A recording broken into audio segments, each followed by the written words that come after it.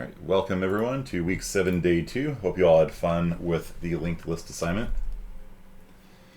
Did warn you, right, that it would probably cause your brains to come out of your ears. It's a pretty normal experience when working with them, and especially trying to debug them. There's a lot of students, their approach is just to keep staring at the code over and over again, looking at it, trying to figure out what's wrong with it, you know. That was the hardest assignment. Yeah, you could say that's the hardest assignment this semester, maybe. I don't know. It's not hard if it works right. It if it works right the first time, it's very easy. There's only 3 functions you guys had to write. You had like, again, I was re-emphasizing proper class design. You had to write getters and setters and all that kind of stuff. But really, there are just 3 functions you had to write for the assignment: insert at the beginning, insert at tail, and then a special delete function that would search through the list, find the first node with a cost below that of the cost passed in, and delete that out of the list. And you had to handle all the different edge cases. What if you delete from an empty list? What if you delete with a list of size 1? What if you delete off the head? What if you delete off the tail? What if you delete off in the middle? 5 different possibilities you have to handle. And if you screw up anything, if one of the pointers, last night I was helping somebody where they were inserting after the tail, but they were setting the next on the new tail to be the tail's previous. And so when you would go through the list, you would just go like this at the bottom. And when you run it, it just doesn't print anything, right? Because it goes into an infinite loop. And so the thing that I noticed, with at least with the students that I was helping, is that you really need to have sort of a system for debugging that's beyond, I ran the test case and it hung, right? It just infinite looped. So we'll talk a little bit about that today, I guess. It's confusing because you're inexperienced with pointers. Yeah, everyone is. This is the first assignment where everybody is working with pointers for realsies, right? I've lectured on them a number of times, but you don't understand something until you do it, right? So it's one thing to like look at me doing a code, and probably I was looking at a lot of you guys were using the sample linked list .h. I could tell because a lot of you were trying to delete by name, right? Or is it?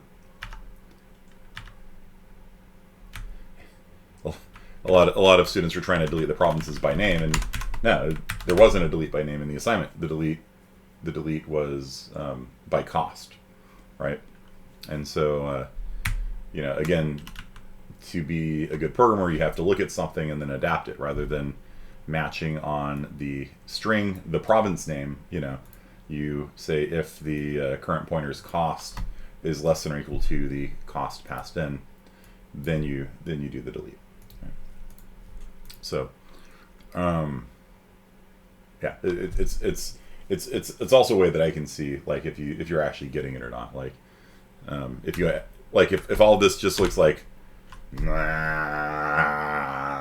and you don't understand it, you're not going to be able to write good code, right? You have to understand what literally every line of code here is doing, and why this is going to delete based on an exact string match. It's getting the data out of, we have a current pointer that's starting at the head, going to the tail, and it's grabbing the data, which is a string in this case, and it's comparing the string against the key passed in, and if they match exactly, then it does the delete. If it doesn't find a match, then it goes to the next element of the linked list. So you have to understand what every single thing here is doing, and if you don't understand it, just ask me. Like, what does this mean? Like, if you don't understand that idiom, that means current is not equal to null pointer, right? That's what that means. Because null is 0. So null is false. So saying cur is the same thing as saying cur is not null. Right? It's the same thing. Because null is 0.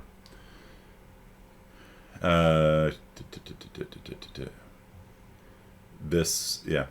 So, yeah, and I gave you guys a pushback and push front and a pop back and a pop front, and you'd even have to do the pops just only one delete.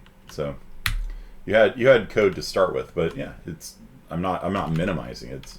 It's hard to work with pointers, and you screw something up, and then you get into a situation where you print the list, and the print list hangs because if you have a loop of your pointers in there somewhere, it'll hang.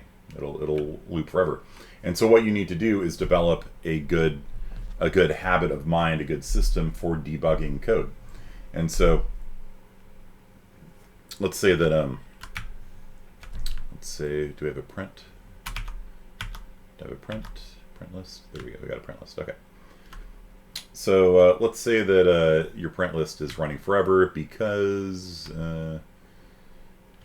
let's put a bug into here somewhere. Push back. Yeah. So the thing that was happening was the new person. Yeah. Here's the bug. Line 92. I'm going to note this to fix. So it was setting the previous. Let's see. Next? No, that's previous. It's backwards from the assignment, I think. So it was setting the next on the bottom guy to be tail points to next. Okay. And so the bottom guy's next is set to tails next. Or tails previous, actually, it was. Okay. And so the next on the bottom was set to the one previous to tails, so it creates a loop at the end. And so this will now form a loop every time we print something. It's going to run forever. So if we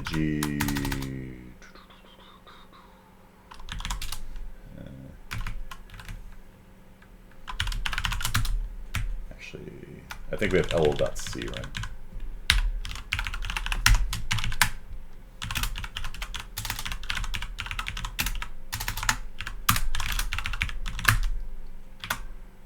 Yeah, same thing. Okay. Insert after, push back. Yeah, so here we are. Okay. So our next is going to be tail points to previous. So we can note, so we can find it again. G++L.cc. You run it.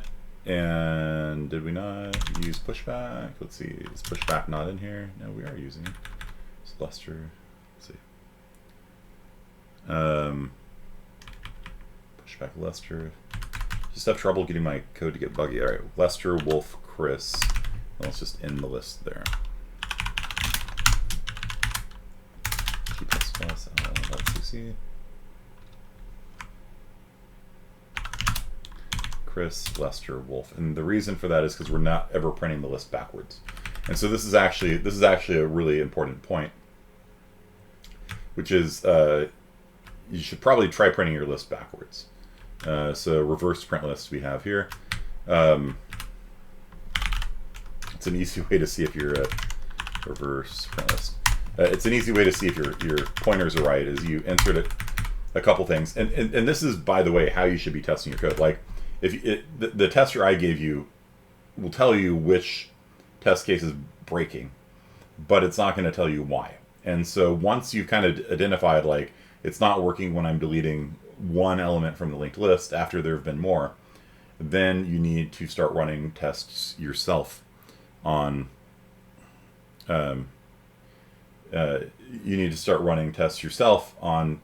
things like this. Like, make a different main file called test main or something like that. Make a list, add a couple things to it, delete a couple things from it, print the list, see if it's working, right? And so let's try printing the list backwards. That's another key thing here. And if we do this, we will see Wolf, Lester, Chris. It goes Wolf. Oh no, Lester, Chris. That's actually correct. Damn, I just can't get my code to stop working. Okay. Wolf, Lester, Chris. Chris, Lester, Wolf. Damn. Push back, push back.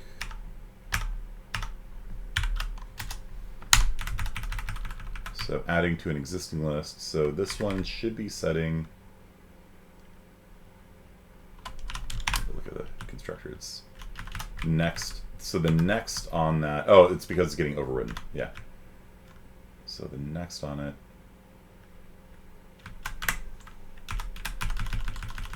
push back, push back. The next on the new tail is tails previous.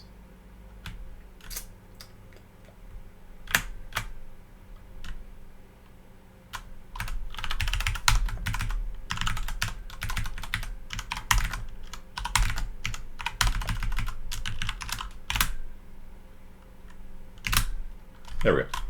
There's our infinite loop. Cool. So, add some things, print some things, try reverse printing it.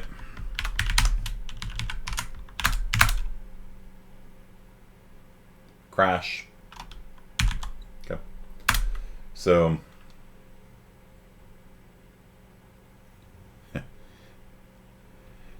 you have the opposite problem. Yeah, I'm being sarcastic, by the way. I've had my code crash and baffle me for many, many years. So yeah, and so basically start with just this, right? Okay, our code's not working. Let's start by adding one element to the linked list, right? Let's see if that works.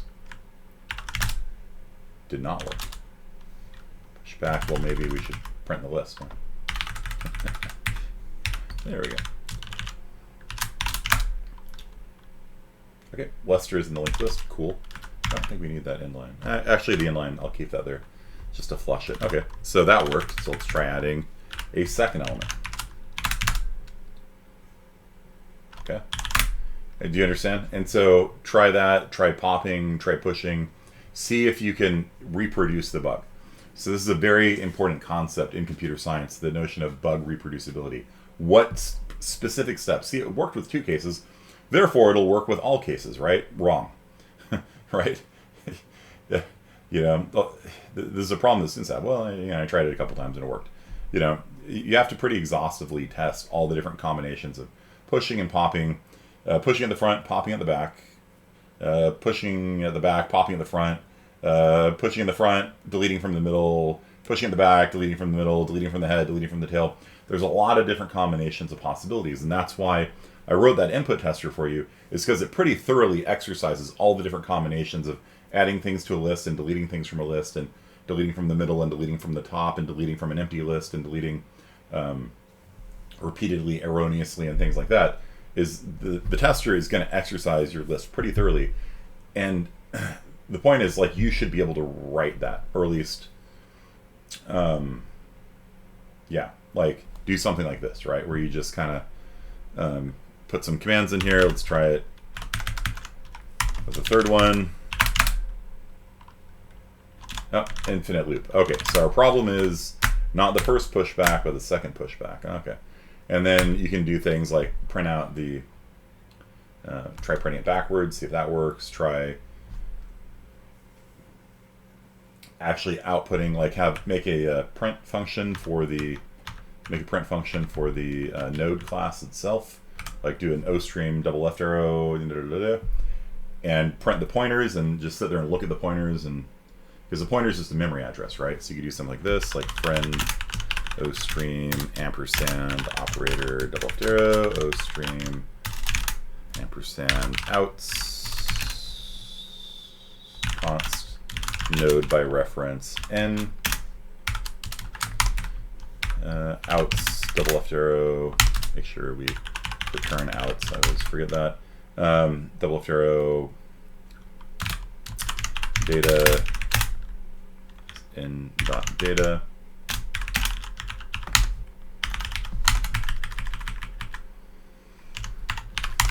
Put a tab there so you can format it right. The next pointer, previous pointer.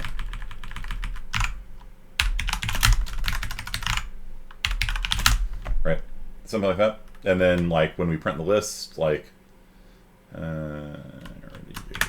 list, rather than printing the data, we'll print the thing. That's actually a pointer, so let's dereference it. So if you have a pointer, you have to dereference a pointer to get the actual object. And so now, when we print it,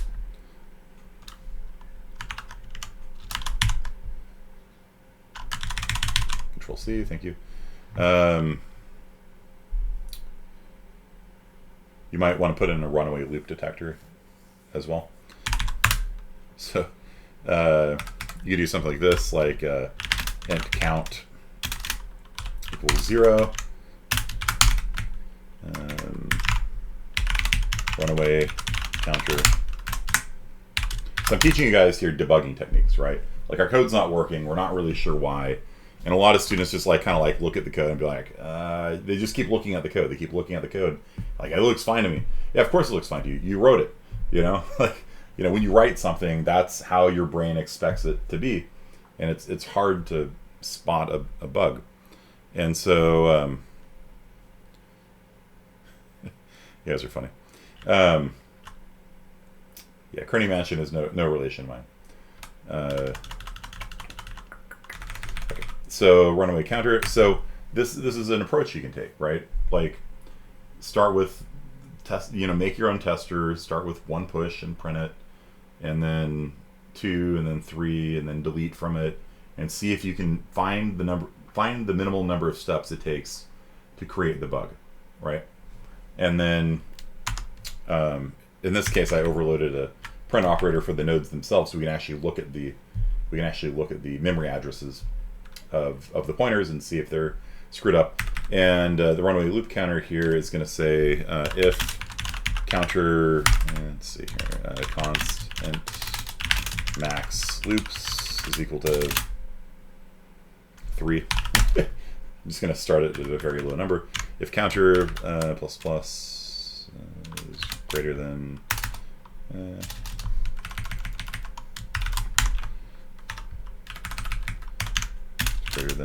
max loops, so it should be greater than or equal to 1, 2, 3. Yeah. And break.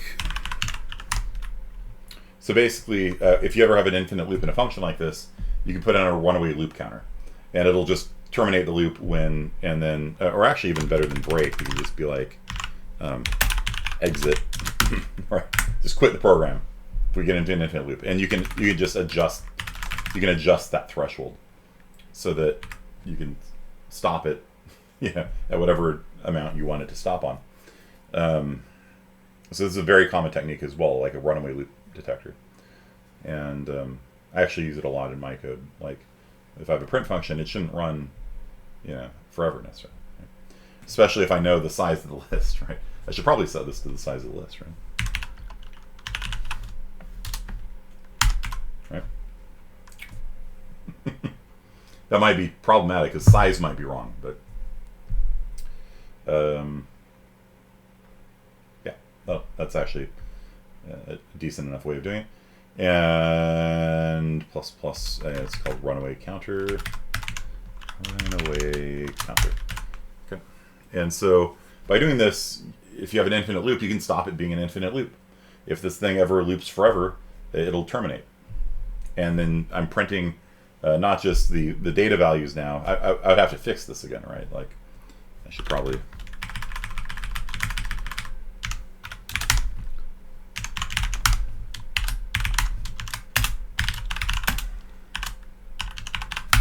Right. Just make a note to me if you're using Vim, to do gets highlighted, so you just search for to do, right? Yeah, it's a good way, like, of reminding you. Like, if you do something that you want to undo, just just make a note of it.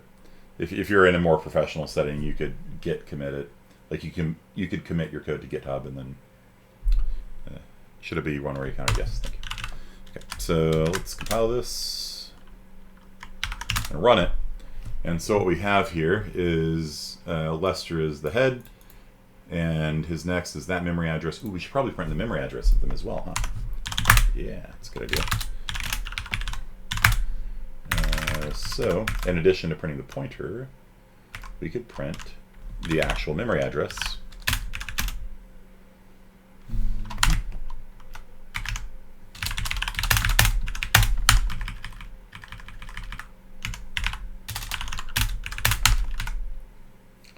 some people, some professional people don't like using inline because inline flushes the output buffer every time. It's actually slower. It's actually faster to do this. It's actually faster to do that. The amount of time you spend in an inline is kind of insignificant, but if you're doing like millions of them a second, like if you're logging something, then a lot of times you'll want to use new line instead of inline, because inline does a buffer flush every time it comes up.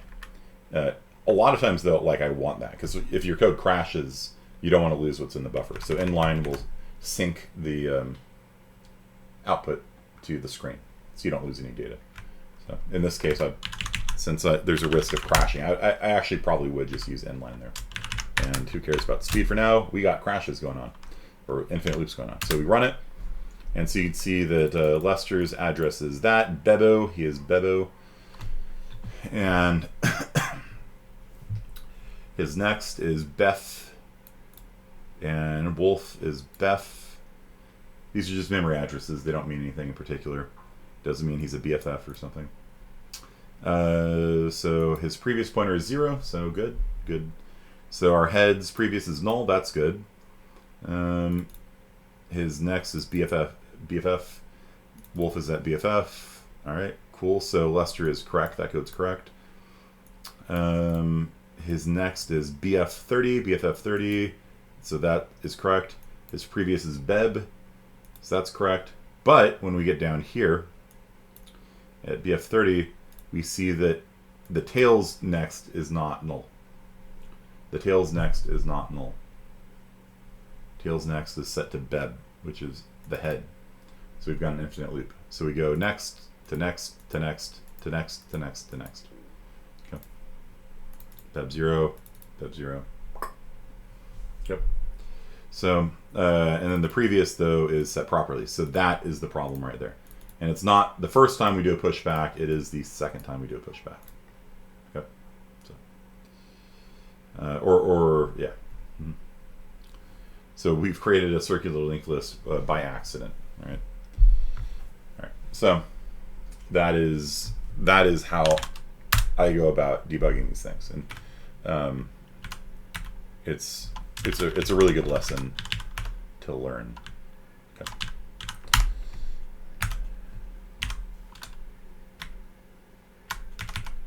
And so when you do this, another way you can do it is by using GDB and stepping through the program and stuff like that, printing the values of things. I find that just scouting things is actually a lot faster. So,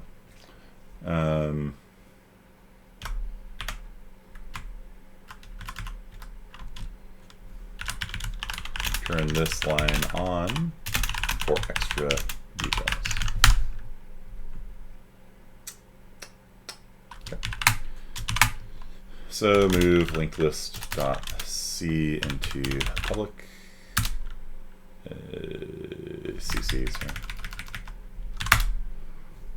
Make it visible, and diff public l.cc public l.h. Let's see what the differences are here. I added the OStream operator. That doesn't matter. Added a space here. Who cares?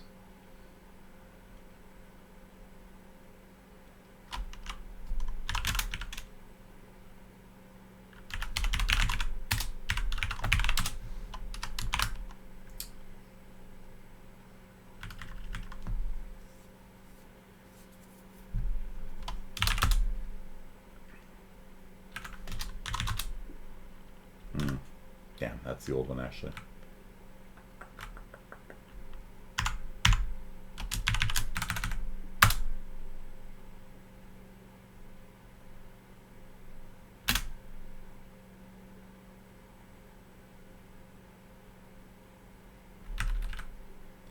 Yeah, I edited the older file instead of the newer one. Whatever. They're both up there. So it's in /public l.cc and l.h. Okay. All right. So again, the purpose of what I'm telling you about here is when your code doesn't work, you need to have sort of a systematic process of like hunting it down and figuring out why. and trying things. And once you get the minimum steps needed to reproduce a bug, then you do everything you can to print everything out and look at it and figure out what the hell is going on, and it'll help you identify the line of code that is broken. Okay. And sometimes it's not in the place where you think it's broken. Like you might be like, the print function's broken because it's looping forever. Nope. It's not the print function. But the code crashed inside of the standard library. It's probably not the standard library. It's probably your code. All right. Does GDB find those kinds of errors? Yeah, sure. So GDB a.out. Break on main. Run. Damn it. Copy public ll.cc to here. G++ dash G cc. GDB a.out. Break on main. Run. Step.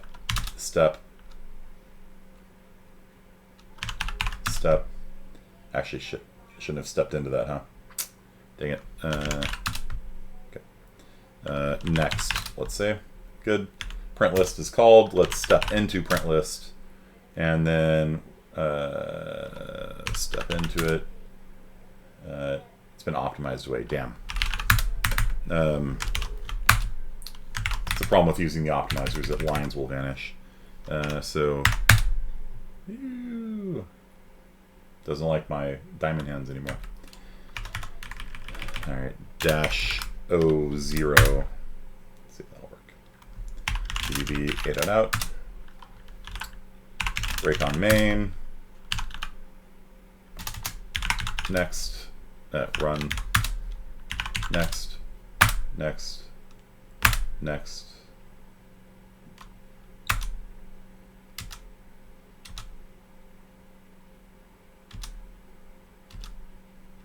Step into it.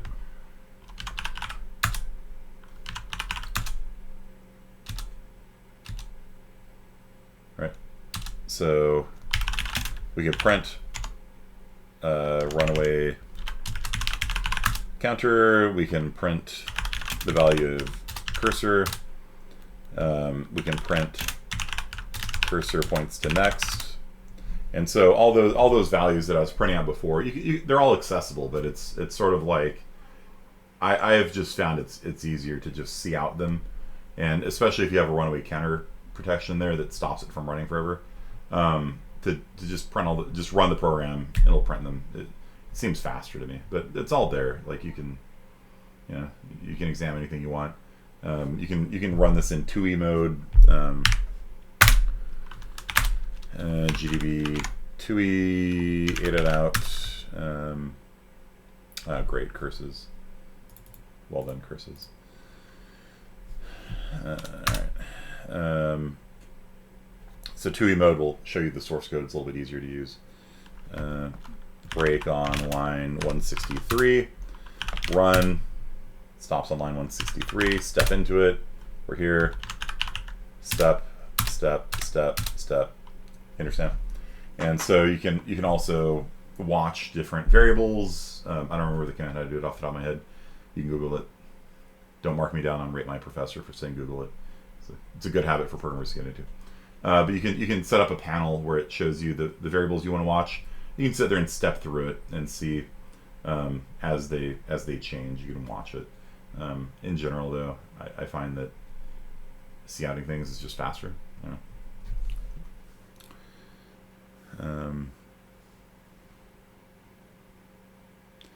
I tried using GDB and I had no idea what I was doing. Yeah, the basics are we covered this in an earlier lecture, but basically the basics are break will run until a certain line. So you can say break on line 133, break on line 133. You see a breakpoint gets set there, and then you can hit run, and it's going to run. Yeah, that's right. Let's continue. And it'll run until it hits that breakpoint, and then you can step into it, or you can do next to step over it. and it prints Lester's name, and then you can just keep going, and Wolf appears, and then Wolf 2 appears, and then it steps up, and then it terminates because the runaway counter overflowed the limit. So yeah, GDB is super awesome. It is a giant tool, and there is a learning curve on it. There is a much easier learning curve on cout. So I would personally learn GDB. It's actually a really good tool to have in your arsenal. There's also a tool called Valgrind that will detect memory leaks and things like that. And if you have especially if you're leaking memory, it detects all sorts of memory violations. ASAN, in my opinion, is better for quickly finding out if you have anything wrong. Valgrind, though, will actually identify which chunks of code leaked memory. And so that could be a useful tool as well. Valgrind, was it Valgrind 8 out? I don't have Valgrind installed. What is this? Sudo apt install Valgrind. What happens, you reformat a server, like super valuable tools just vanish. Okay.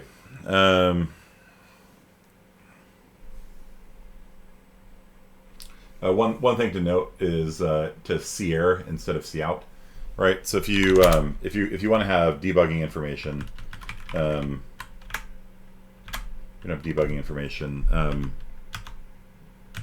rather than using cout, I would use error. Error goes to the same place as cout, but it will not get picked up by the auto grader. So if you're worried about your output breaking the auto grader, write it to error like this instead. And then if you accidentally leave it in your code, it won't give you a 0 on the assignment just because the auto grader picked it up. So that's a good habit to get into also, to send all of your debugging information to standard error. And that also, even in more serious situations, like in businesses and things like that, allows you to actually separate your standard output and your standard error, so that you can have the standard error going into a log file and the standard out going to the screen, or in reality it's going to be a network socket, or people rarely write, I mean, I shouldn't say that because I do all the time, but people rarely write console applications, right? It's usually you're reading from a network socket, doing something, writing back to it, handling network requests and things like that. So you're going to be doing lots of input and output, and then you're going to be writing to a log. So these kinds of things where you're like couting things, they never actually go away, right? Like, even if you're writing Windows programs, most Windows programs have like a log file or multiple log files. And so you log things. And so standard error, instead of standard error, it's going to be a log, a system log of some sort. For example, I don't know, let's see if we can find an example for you. All right, so here's Valheim, 4 million Vikings, good on you. So if we go to Valheim, right click, manage, browse local files, come over here, Steam app ID, that's probably not a log file, let's see here, Valheim data, let's see if we can find, oh, it's a Unity game, all right, cool, resources, plugins.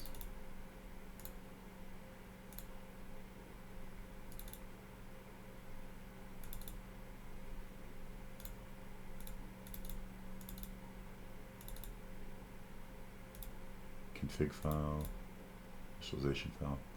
Yeah, I'm sure they have somewhere. Let's see. Valheim log file location. Oh, it's in the users directory.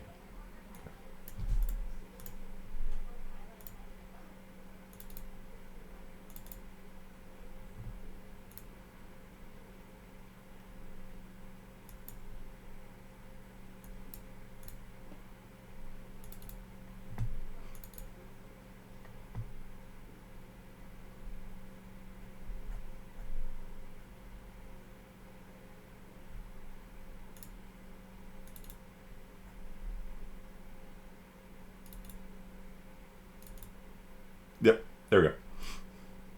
So as the game runs, it's going to be writing to a log file, right? And so that so Valheim doesn't look like a console-based game, and so a lot of people think things like CI and Sierra become irrelevant once you move into the real world of doing Windows programming. As it turns out, there's almost always a console of some sort on everything you do, because programmers are really, really used to just dumping things into a log file to see what's going on when it breaks, right? So if I open this up, you can see here that it's got, hopefully it doesn't have my password in or anything. So it's got a, it has my video card, 2080 Ti, VRAM, initialized touch support. It's a little worrisome. And so friend is in our game. Cool. Friendship is magic. And so you can see it's writing all these things to the log, right? And it's telling you in this file, debug bindings.h line 35, which is probably just the log file line, which is not especially useful, I don't think. It's because it's always the same line. This probably should be replaced by whatever actual line of code is doing the logging. It's always the same line. Look at that. So you can see all of this stuff that I'm holding down page down right now. And so you can see how much stuff it is writing to standard out. Sending disconnect message. ZNet on destroyed. Net scene destroyed. Local player destroyed. Steam manager on destroy. And so these are probably destructors or something equivalent to that. And so on a destructor call, it writes to the log, hey, Steam's gone away. Hey, local player has exited the game. Hey, network has been killed.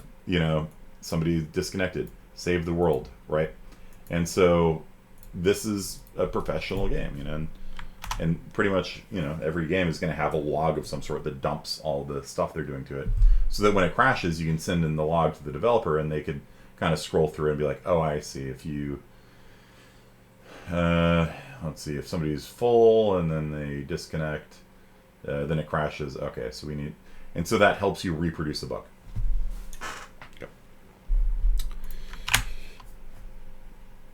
Incognito doesn't work on the web since it is logging. Incognito mode is a little different from this. Like if you run Valheim, it has nothing to do with the incognito mode. Yeah, if you connect to a website, it doesn't matter if you're in incognito mode. The website is going to be logging your connection, and it's going to be logging everything about you.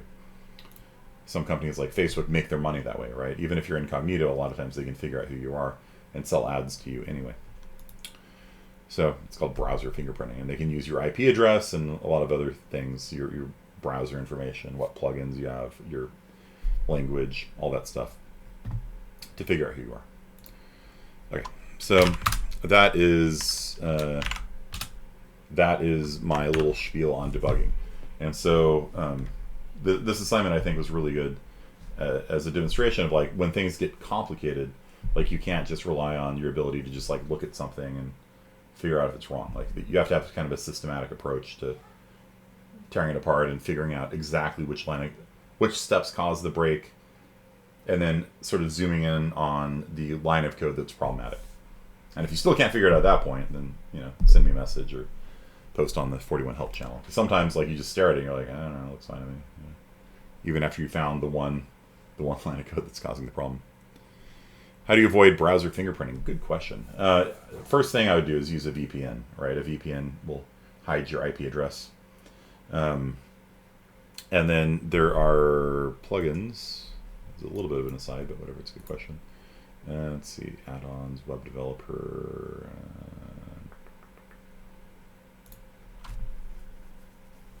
Bypass paywalls is a good thing. Turns off a lot of the paywalls on websites. Enhancer for YouTube's amazing. Facebook container isolates Facebook. HTTPS everywhere encrypts things. Sponsor block's amazing. It skips the, hey, speaking of NordVPN, that kind of stuff. Ad blocker. User agent, switcher, manager. That's the one. And so if you use user agent, switcher, and manager, then you can make you look like a different browser, right? So click here. And you can make yourself you can make Firefox look like Chrome. You can look like a Chrome Windows 7 box, right? So there's a lot of options as to what you can appear to be on the web. And so you can do that to conceal your identity. In general, though, I think a VPN is usually sufficient to at least a certain extent. VPN, Tor, DuckDuckGo, and then you want to use there's more you can do to avoid browser fingerprinting, but really a VPN is kind of the most important thing, because it doesn't matter if you change your user agent if you're connecting from the same IP address, right? It's like, cool, it's the same person.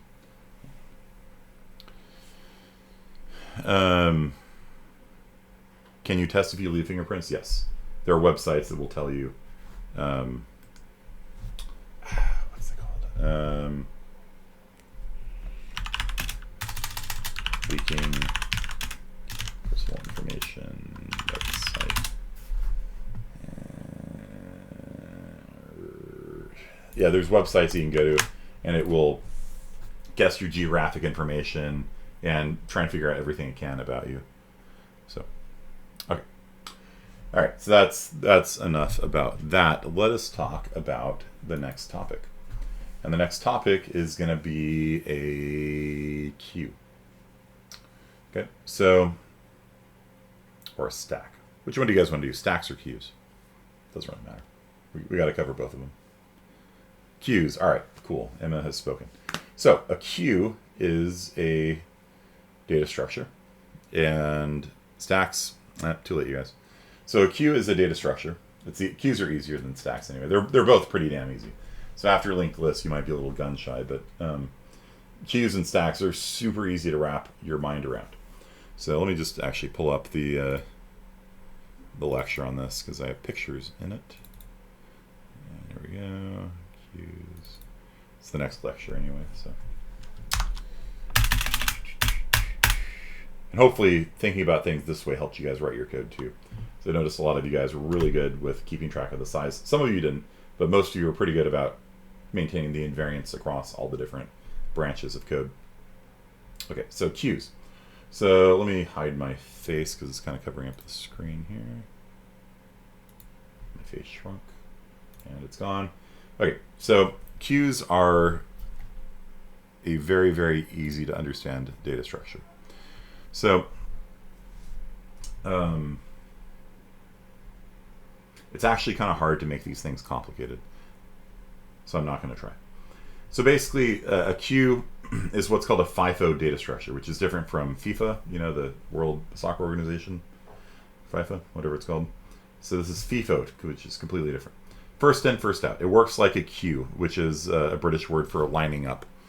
So in a Hitchhiker's Guide to the Galaxy, he said, queuing is the British superpower. In other words, lining up, standing in line. So a FIFO data structure means first in, first out. So the first thing you put into the data structure is the first thing that comes out of the data structure. There are exactly two things you can do with a queue, or three if you're the standard library. One is push, one is pop, and if you're the standard library, they separate pop into pop and top, right? So pop deletes the first element, and then top, or front in a queue, sorry, gives you the value. Okay, so if you push one, I typically return a value when I do a pop operation, so I only have push and pop. So push 1, push 2, push 3 will add 3 things into the data structure. Then when you go pop, pop, pop, it returns 1 first, then 2, then 3. So you add things to the data structure, you take things out of the data structure, and they come out in the exact same order they came in. So it is literally, like a queue on Spotify, sure. So you've got a list of songs you're going to listen to, and it just starts at the top and goes to the bottom. Queue is literally the simplest data structure in this class. So you start with a queue empty, you push 1, you push 2, you push 3. The queue now has 3 elements in it. Note that you have really no access to the middle of it. It's even more limited than a linked list. There's no .at function. There's no ability to get elements from the middle of the linked list or the queue. All you can do is push and pop. That's it. Maybe size. Maybe size is a thing where you can tell if how many elements are in the queue. But really, there's just 2 things: push and pop. So push 1, push 2, push 3, and then when you pop, 1 comes off. Push 4, so now the queue has 2, 3, 4. Pop, 2 comes off. pop 3 comes off, pop 4 comes off, and it is empty again. This has nothing to do with trees. That is correct. It has nothing to do with trees. This is a single file line. So if you are in a queue at the grocery store, that is a queue. You know, person 1 goes into the... Person 1 starts lining up, waiting for the person to come to the cash register. Person 2 lines up behind them. Person 3 lines up behind them. The teller says, all right, come on forward. And they get the groceries, they pay for them and get them bagged, and they leave. So now the line has 2 and 3 in it. Person 4 comes to the end of the line. The teller calls forward number 2. They get the groceries packed up, paid, and leave. So there's 3 and 4 left in the line, 3 steps forward, 4 steps forward, and then there's nobody left in the line at the grocery store. So that's it. That's your next data structure, people. So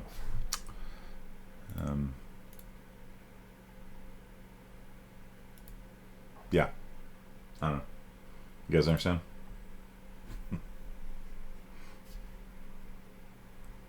Any questions?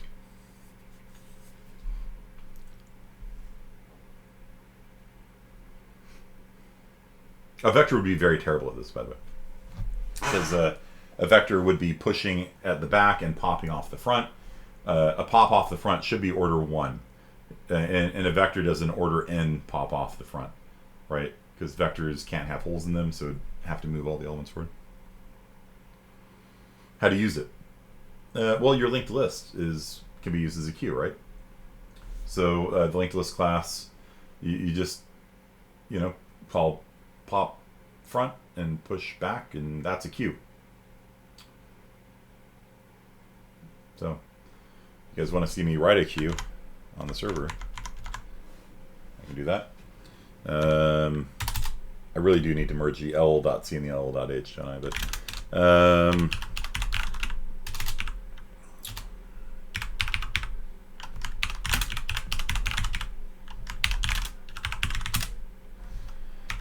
all right, so here's my linked list class. Let's make it a queue.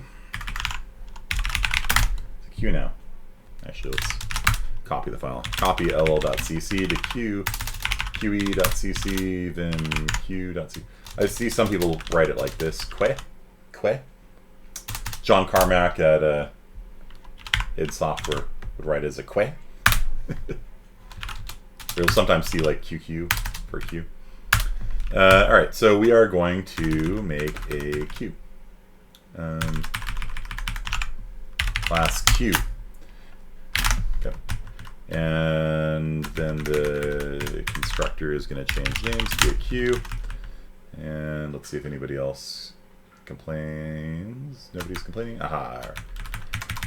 Copy constructor, we're still going to delete. I have no need to copy a queue. And our assignment operator, we're also going to delete.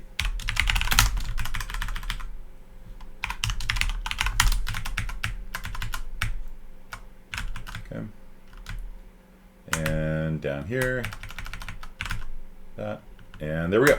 So it is now a queue. Almost.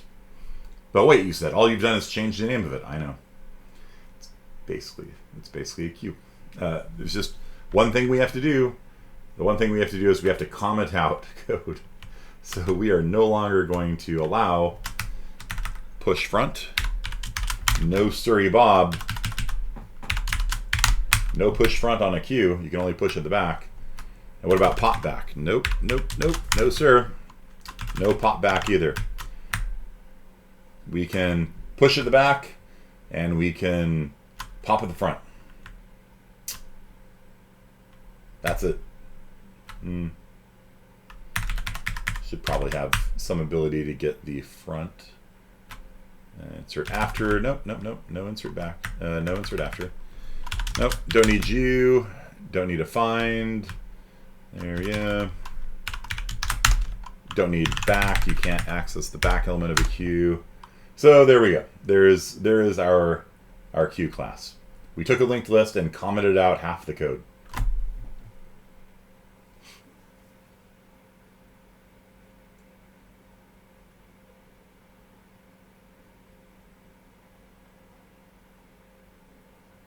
Okay. There you go. It's really tough. Take a linked list, turn off half of it, you got a queue.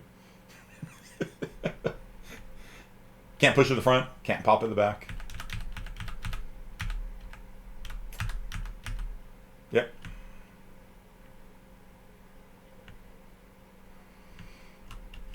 Print list.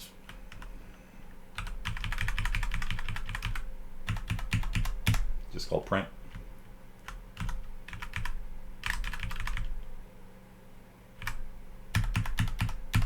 So we don't reveal the fact we're actually a list. That's it. We're done. Okay.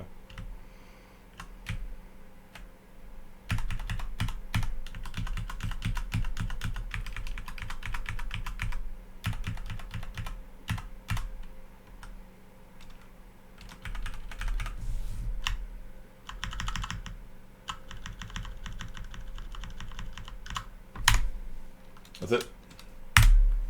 Take a linked list, turn off half of it. You got a queue. If you do it the other way, you get a stack. So it's the same with a couple less functions and a changed name. Yep. That's it. Got a queue. What about a deck? A deck's a little different. But a queue and a stack can be made using your linked list class by just turning off some functions.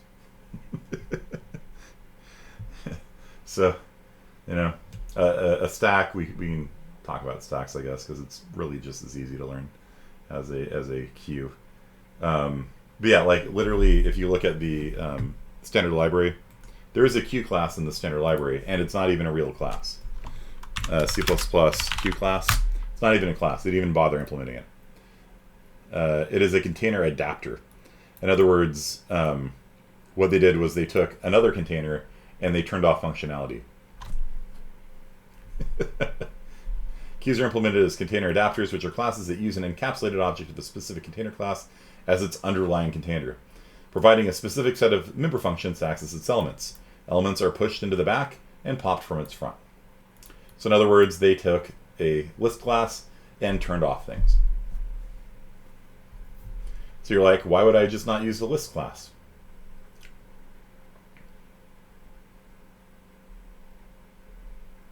You can ask, why would I just not use the list class?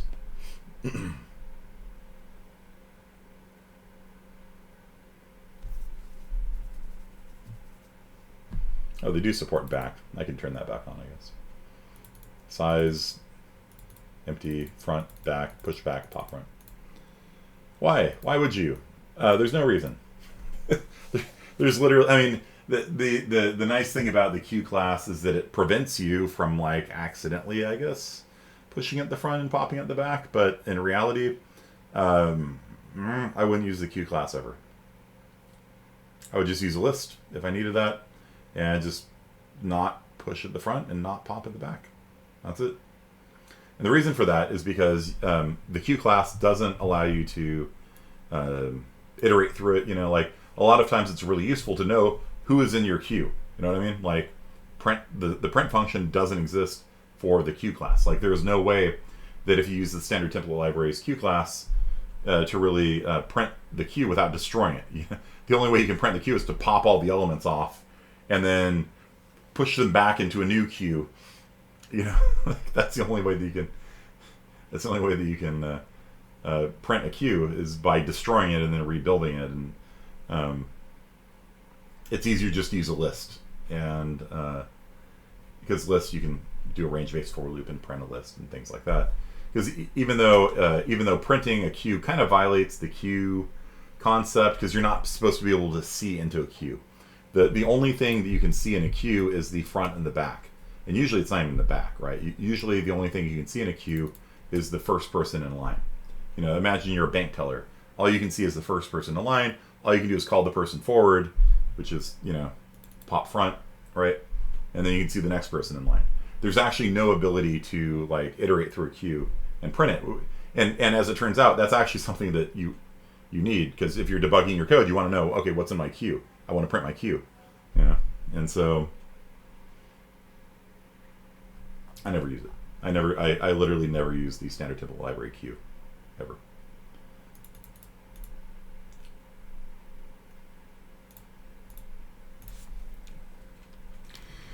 What we did in EU4 would be a dec if we took out the ability to delete from the middle.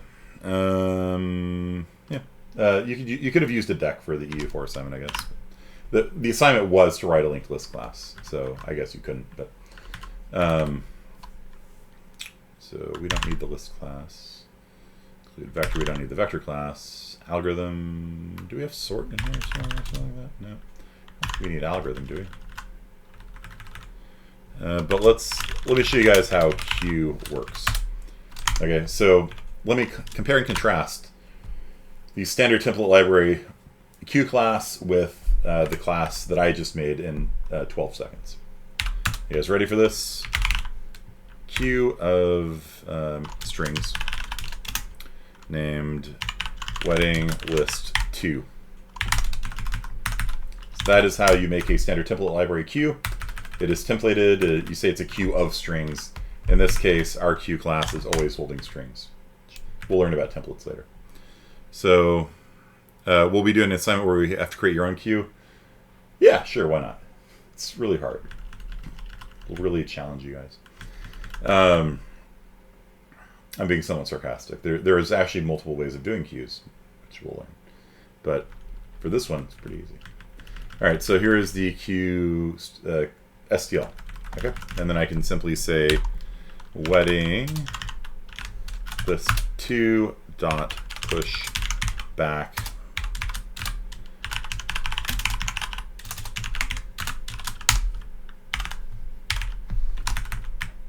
doesn't like it. Let's push, right?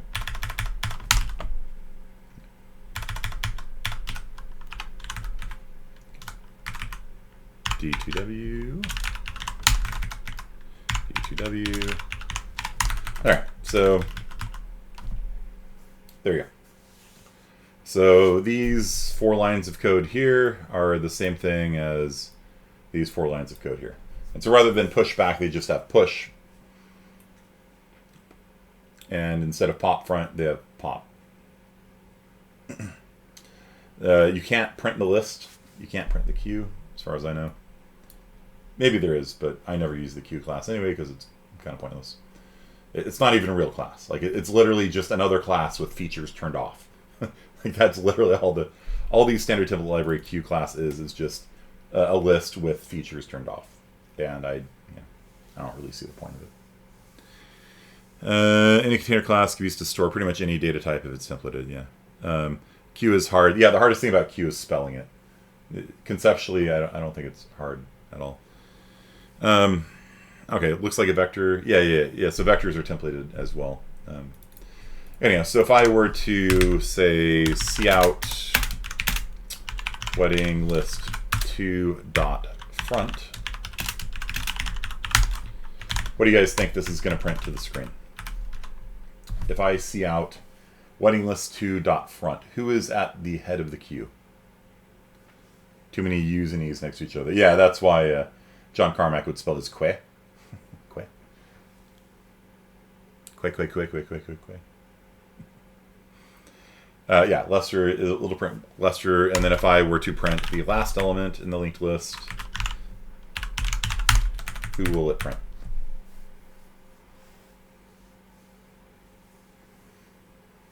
If I print the last element in the queue, sorry, not the linked list, last person in the queue, it'll print wolf 2. Yeah, and that's all you can print. You can't print anything else. Like, again, that's why I don't use it. You can print it by destroying it, right? So if you wanted to print it, you could do this. While wedding list 2 dot size. So while there are elements, while size is not 0, while there's elements in the linked list, cout wedding list 2 dot front, and then wedding list 2 dot pop. Okay. So this is how you print a link, or this is how you print a queue, by destroying it.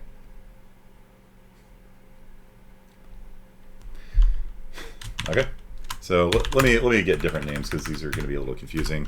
So who wants to be invited to the second wedding? Don't show my wife this video.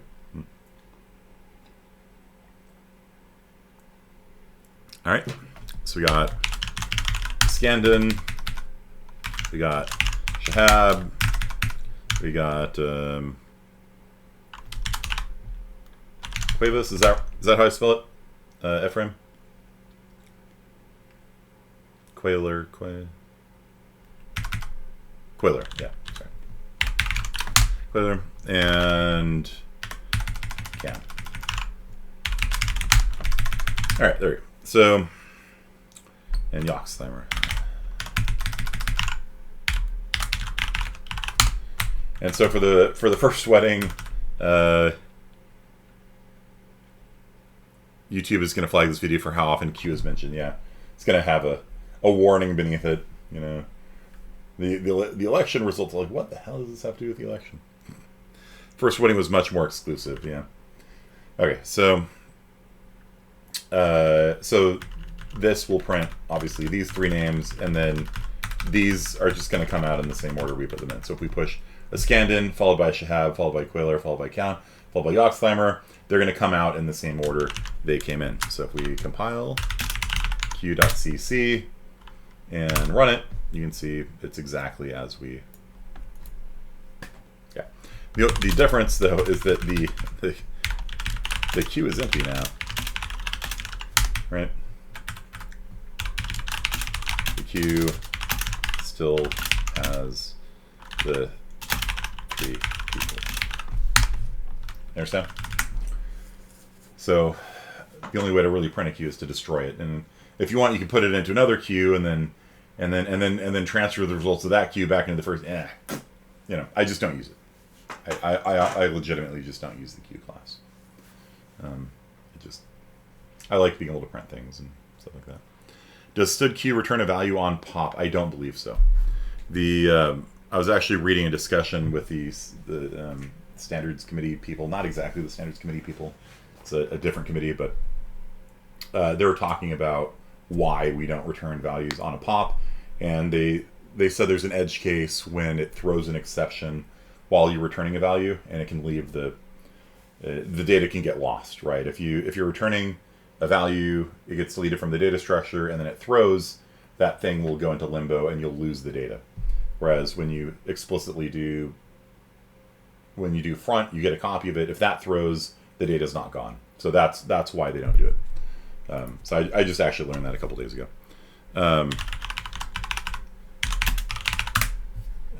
Maybe yesterday. I don't know. So pop does not return a value. So it's pretty easy. Push, pop, size, front, back. That's really it.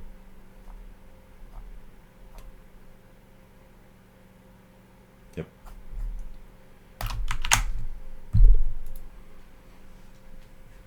Yeah, and then some people were disagreeing with it, saying that if it does throw on a return, that means there's something wrong with the underlying type, and maybe it's the type's problem and not the container's problem. And so there was a bit of a debate over that. But I personally think it should return a value, and if your type throws on a return, like on a copy or something like that, there's probably something wrong with the person who wrote the type. So,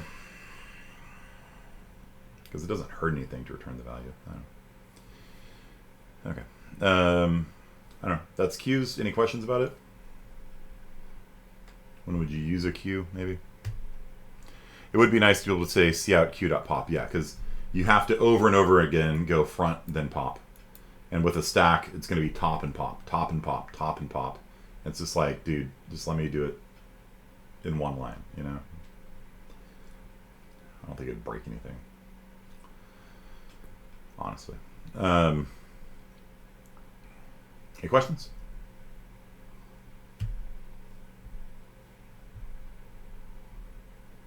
So you can just make your own queue or use the standard libraries. That is correct. And yeah. You can make your own by just turning off parts of the linked list, like I did. It's probably a little bit better than if your linked list class works. If your linked list class works, then you can make a queue class really easy by just turning off chunks of it. Right? So they said that back is part of it. So, there. I now have a back function. My code is functionally equivalent to theirs, except you can also print it. Yeah, this is cool, but it's too limited. Yeah. What does back do? It returns the last element in the queue, which you almost never do. That's why I had it turned off, because you basically, as far as I can tell, you almost never care about the last element in a queue. It's always the first element you care about. What's the next assignment going to be? Good question. So,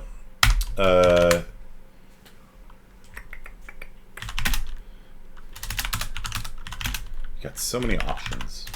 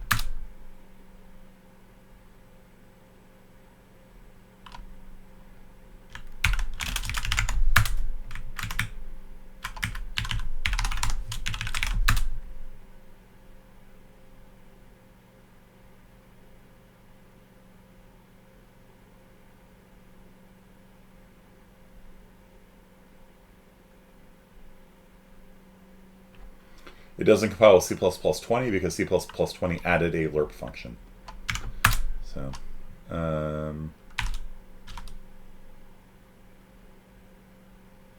yeah, I need to change my API key in the code. But remember functions calling themselves. Yeah. So anyway, let's take a look at this. So this will be another linked list assignment, and what you're going to do is you are going to visualize your linked list on a website called Bridges. So while everybody's here, let's get you registered on the Bridges website. Bridges was actually designed for doing this exact sort of thing. So like a lot of you guys had trouble with your linked lists, and so the Bridges site allows you to actually visualize your data structures, right? It was written for data structures classes, not you. It's so funny. Two different Bridges. There we go. At the same college, they have two different programs called Bridges. And so Bridges is based out of UNCC in North Carolina. And it's an NSF-funded grant. Bridges is an API that allows early computer science students to create interactive visualizations as early as their first programming course. So that's Kalpathy, he's my man right there. And KRS. And so what Bridges allows you to do is things like this. Mountain paths, really. How did that come up?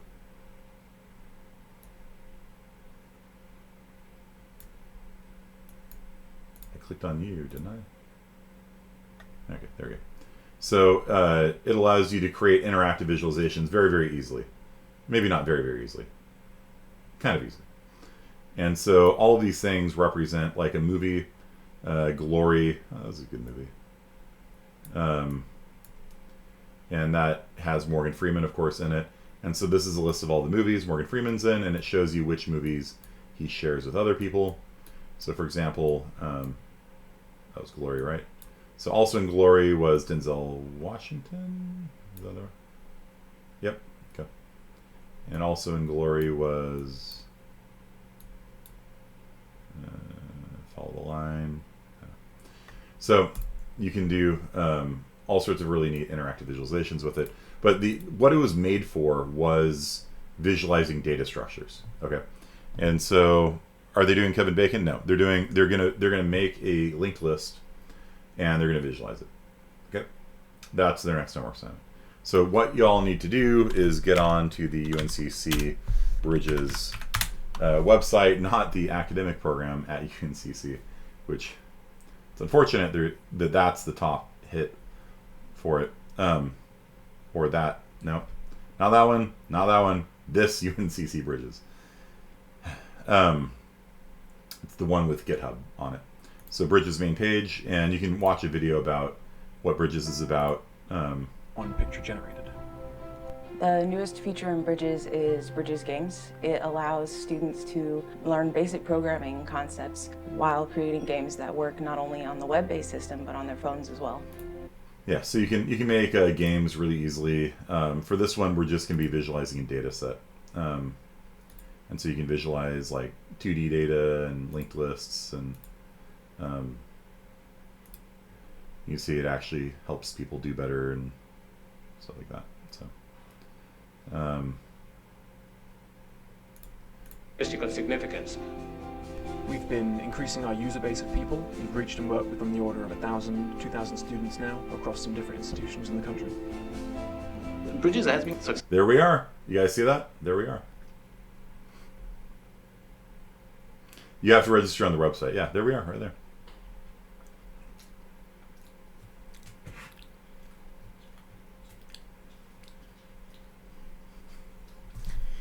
This is why I didn't want the college to be called Clovis Community College, because there's already a Clovis Community College in New Mexico.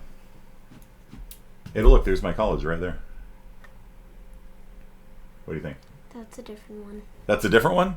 That's the other Clovis Community College in New Mexico? Yeah. It's right on the Texas border. So I got an email about 2 years ago from a woman saying, hey, would some of your students be interested in helping my elementary school kids learn to program? I'm like, sure. She's like, cool, we're right across the border in Texas. I'm like, well, it's a little bit far for my students to drive considering we're in California, but sure.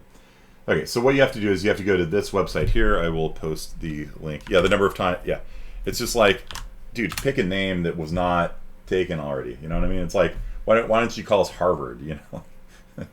Harvard 2 or something, I don't know.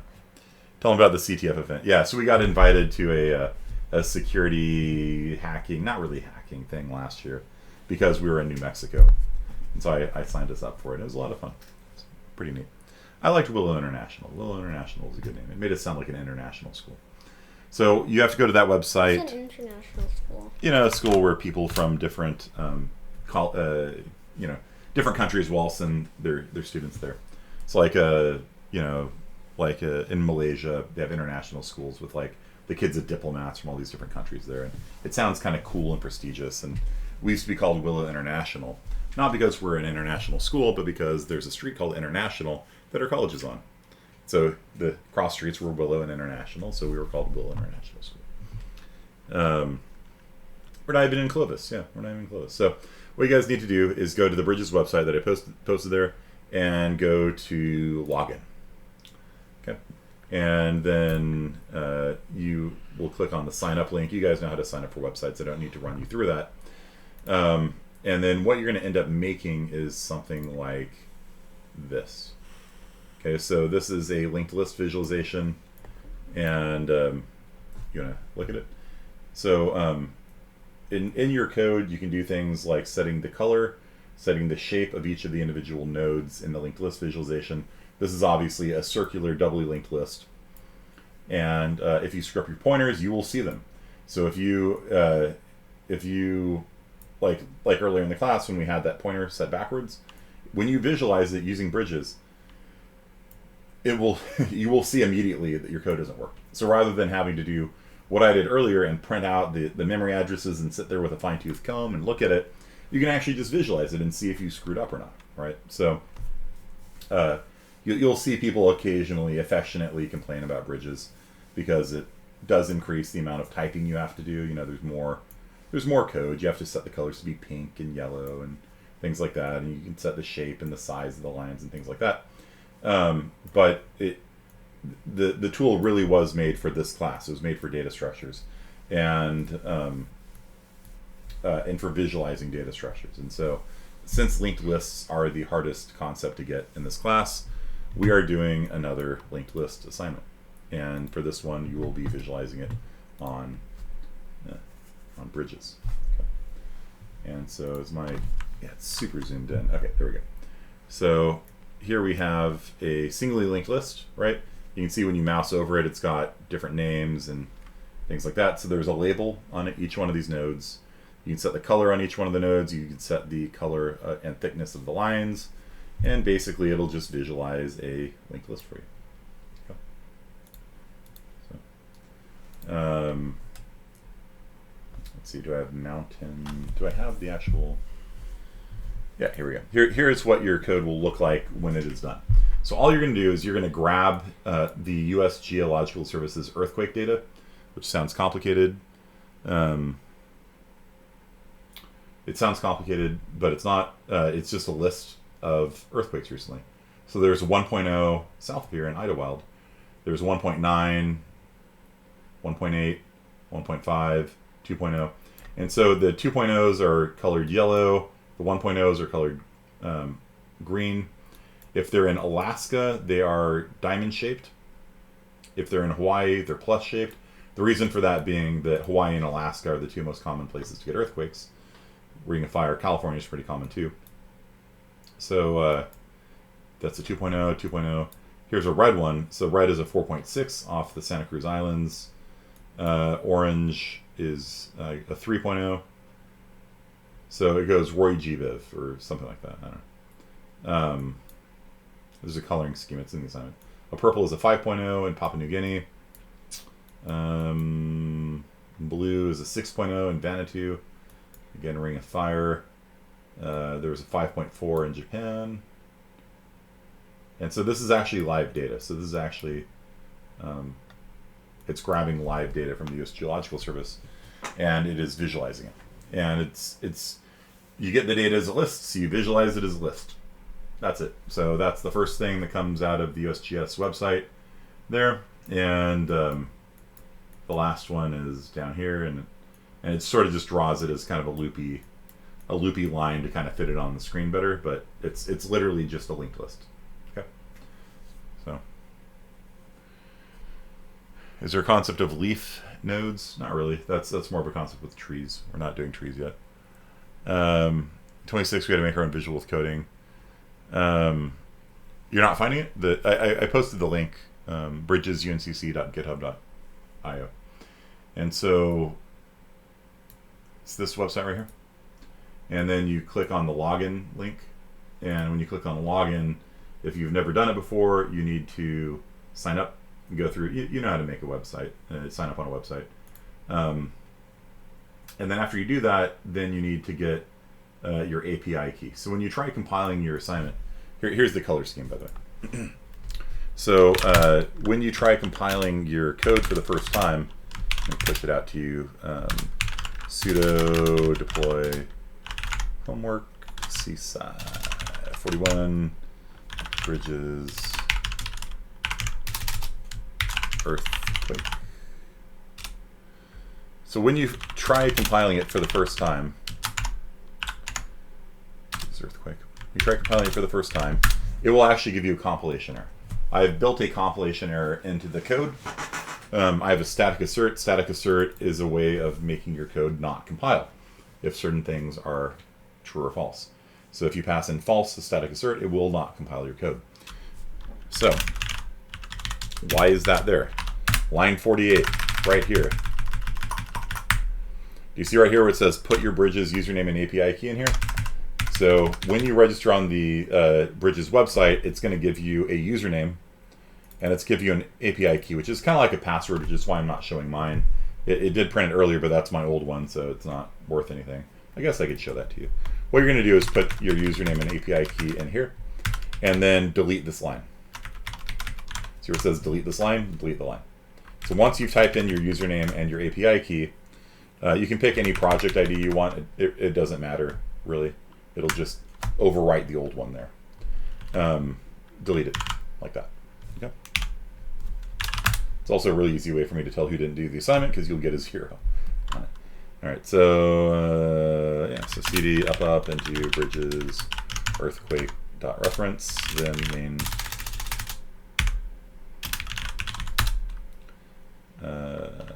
Yeah, I need to disable this if we're in C++ 20. I need to put an ifdef in there. Anyway, API key, username. Okay, so some answers right there. Some answers. So this is part of the answers. So if the location ends with, I wrote a function called ends with, so you don't know what that is, but I wrote a function, I think, called ends with. And so it takes in a string, and if the string ends with Alaska, then it sets the shape to a diamond. If the string ends with Hawaii, it sets the shape to a cross. Otherwise, it sets the shape to a circle. And these things are part of the Bridges API. That's how you set the color on the nodes, things like that. Anyway, here's what I wanted to show you, which is you choose a project ID. I use 1002. You don't have to. Username, wkearney, API key. This is my old one, so it doesn't work anymore. So don't try hacking me. It won't work. Or maybe it will. Who knows? Probably won't, though. So you're going to get that from when you register. You click on Profile on the Bridges website. You click Profile, and it's going to tell you what your username and API key are. Yeah, you click on Profile, and then it gives you your API key right there. And it is different now.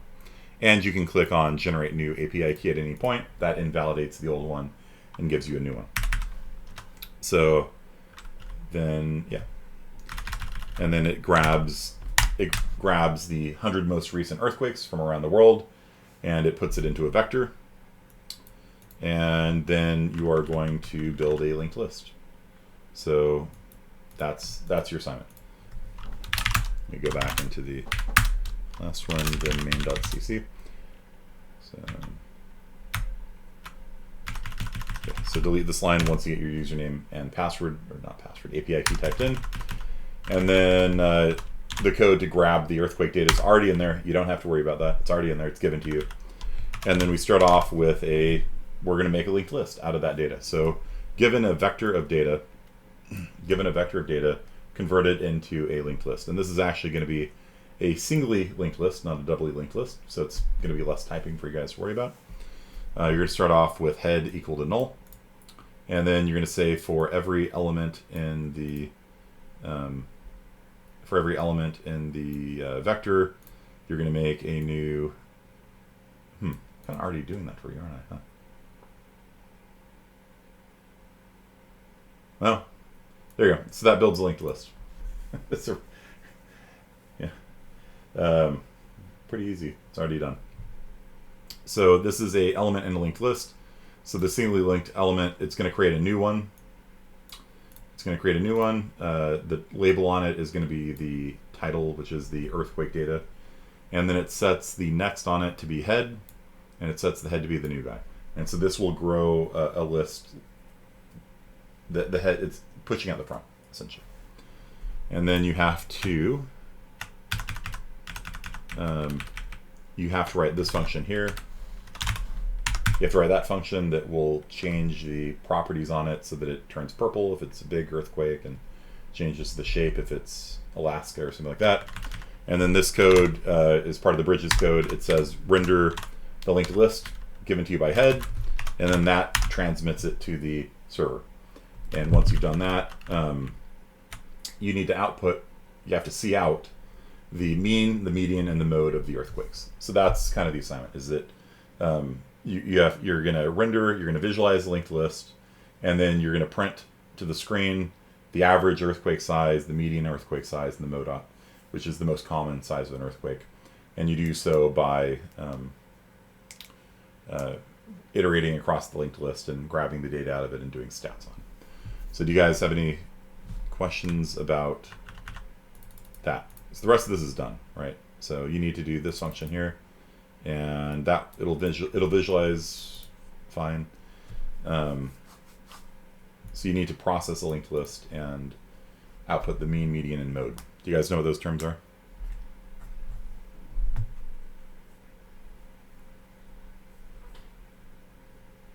What class do you recommend to learn more about creating APIs? I mean, this class. When you make a header file, that's an API. Yeah. That's what we're doing. Yeah. Should you use floats to compute the mean? I think it's all ints all the time. What's an API? An API is an application programming interface. And it's basically what we've been doing with like ADTs, where you've got like an interface you present to the world and then people call it. And so, for example, DirectX is an API. The Windows operating system presents an interface, and then you can call functions on an interface to do things like render triangles on the screen and make new windows and blip things around and stuff like that. So an API is the interface. It's the header file, basically, the list of functions that you present to people. And so this class is kind of where you learn to do that. What about in the case of multiple modes? Good question.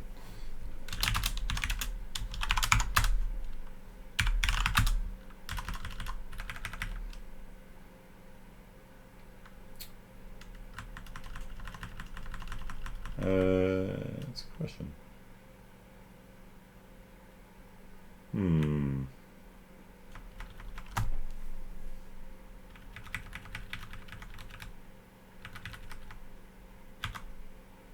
I'll get back to you on that. I don't know if there's been a tie before. So we're pulling like 100 earthquakes, and pretty much always the small earthquakes are going to be the modal ones, right? So, yeah. Is there any difference in a library and API? The API is kind of the interface. The library is the actual like object file. So like if you're asking about the standard library, locate libc.so. Let's see. Yeah. So this is actually the library. It's actually the compiled object code for the standard library, the C standard library. We typically use the term library and API kind of interchangeably, but I would say this is a library here, and the API is, man 3 printf. This is the API, right? That's the interface, and then it's kind of, it's more or less the same thing, I guess. I don't know. There's like a technical terminology difference, I guess, but we'll kind of use the terms interchangeably. So API is the interface, and the library, technically a library is the compiled code, but libraries have interfaces you call into, so. Okay, so that is it for today, guys. Get cracking on that. It's not, you're going to be processing a linked list, so it'll give you more experience with linked lists and visualizing them and things like that. It's going to be a lot easier than EU4, because why? Because the linked list is already made for you. You don't have to screw around with pointers and all that kind of stuff. It's kind of done.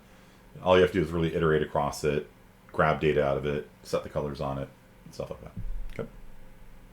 So you'll have till next Wednesday to do that, and then after that, we're going to get to our first open-ended assignment, which is the RPG assignment. So this will be an individual assignment, and then the RPG assignment will be a partnered one. Okay. Thanks, guys. Should you sign up to Bridges with your student email? Anything works. It doesn't really matter. Okay. See you guys.